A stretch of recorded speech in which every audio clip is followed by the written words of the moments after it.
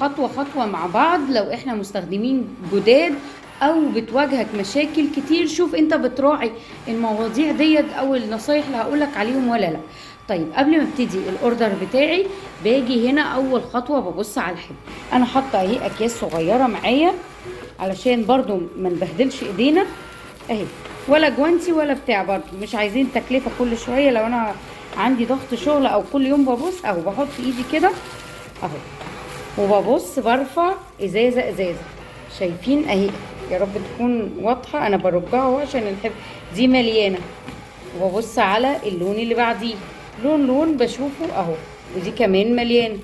بشوف لون هل هو الحبر ناقص ولا مليان. لو مليان عندي خلاص كده يبقى انا مطمن الحبر، وهقول لكم ايه فكرته. تمام، دي اول خطوة براعيها، ان انا اتأكد ان الحبر بتاعي مش ناقص. خلاص اتأكدنا ان الحبر بتاعنا مليان. لازم ان انت كمان تبقى منسوب الحبر يبقى شايفين اعلى من منسوب الكارتجات. كده انت بتسهل عملية وصول الحبر للكارتج اسرع، فما بيتعرضش لدخوله الهواء او ما بيتعرضش لصعوبة في سحب الحبر. فدي اول جزئيه ان انت تراعي. حابه اوصل لكم بس فكره النظام قايمه على ايه او شبه ايه علشان توصل لكم الفكره اكتر. عارفين الببرونه بتاعه الاطفال ديت؟ الببرونه دي لو احنا اديناها لطفل وفضل يشفط فيها من غير ما يكون في لبن بيدخلوا بطنه هواء، يعني الاطفال بيدخل هواء بطنهم. نفس الفكره بالظبط.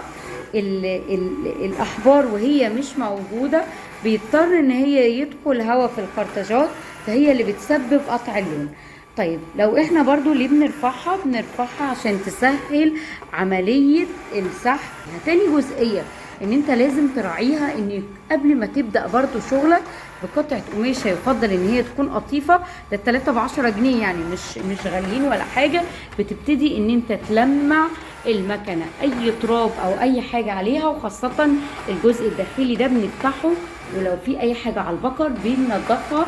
لو انت فاصل البرينتر تقدر تنديها بشوية مية، تنديها يعني حاجة بسيطة وتمسح مكان البكر. ممكن لو انت هتستخدم في مادة اسمها اقاي، لو البكر من تحت بيسحب بصعوبة هنا هوت في الدرج، تقدر ان انت ترش سبراي اقاي، ده ممتاز برضو للبكر وهتلاقيه اشتغل معاك زي الفل.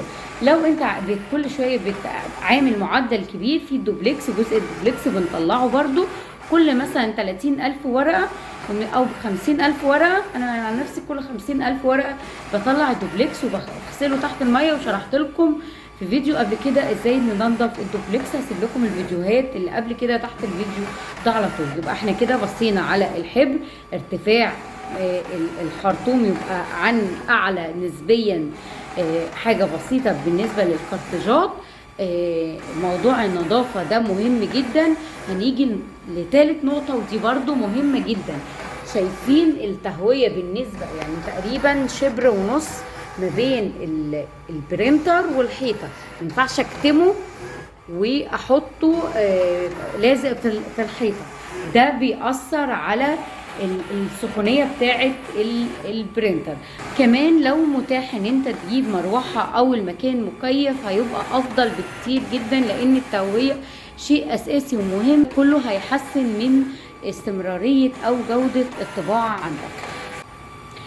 رابع نقطة لازم نخلي بالنا ان فكرة الانكجيت او الاحبار السايلة هي سريعة النشفان، يعني ما ينفعش ان حضرتك تجيب البرينتر وتركنه، هتصرف عليه قد كده.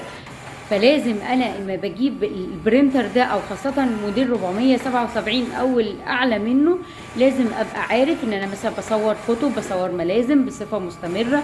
حتى لو افترضنا ان انت جات فترة صيف عندك، لازم كل يومين شغلها، حتى لو شغلتها كده هو 10 ورقات، المهم تصور عليها بصفة مستمرة. استخدم نوعية حبر جيدة او مضمونة من ناس كويسين مضمونين، ما تفضلش كل شوية تغير في نوعية الحبر، وتقدر ان انت تشوف بيعمل لك معدل قد ايه من خلال التقرير بتاع البرينتر. احبار البيجمنت يبقى انت كده التكلفة هتبقى اعلى، بس هتأثر لك برضو على عمر الهيد، هتثبت لك الثبات الصورة، لكن هتأثر على المدى البعيد من الهيد.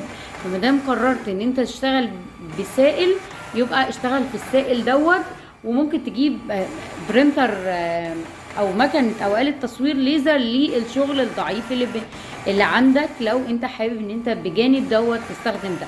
لكن ما انصحش بالاحبار البيجمنت، هي ممتازه في ثبات اللون، يعتبر زي الاصليه بالظبط، لكن بتاثر على المدى البعيد.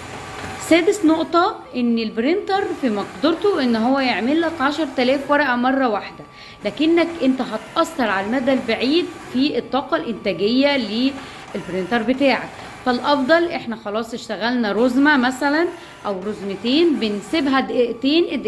الدقيقتين دول مش هيعطلوك صدقني، بس هيفرقوا جدا في راحة المكنة. يعني نحاول ان كل مثلا رزمة او 2 نريحها بس دقيقتين، ونبتدي ان احنا نكمل بقية الشغل بتاعنا. يفضل ان انت تستخدم ورق يكون 70 او 80 جرام، لا تقلل عن 70، يعني ما تشتغلش ب60 عشان ما يهلكلكش البقر او يؤدي لانحشار باستمرار في الدوبلكس او في بقر السحب. وكمان ما تشتغلش بال120، هي بتقدر ان هي تشتغل بال120 الورق، بس هيأثر لك على المدى البعيد من البرينتر او الآلة.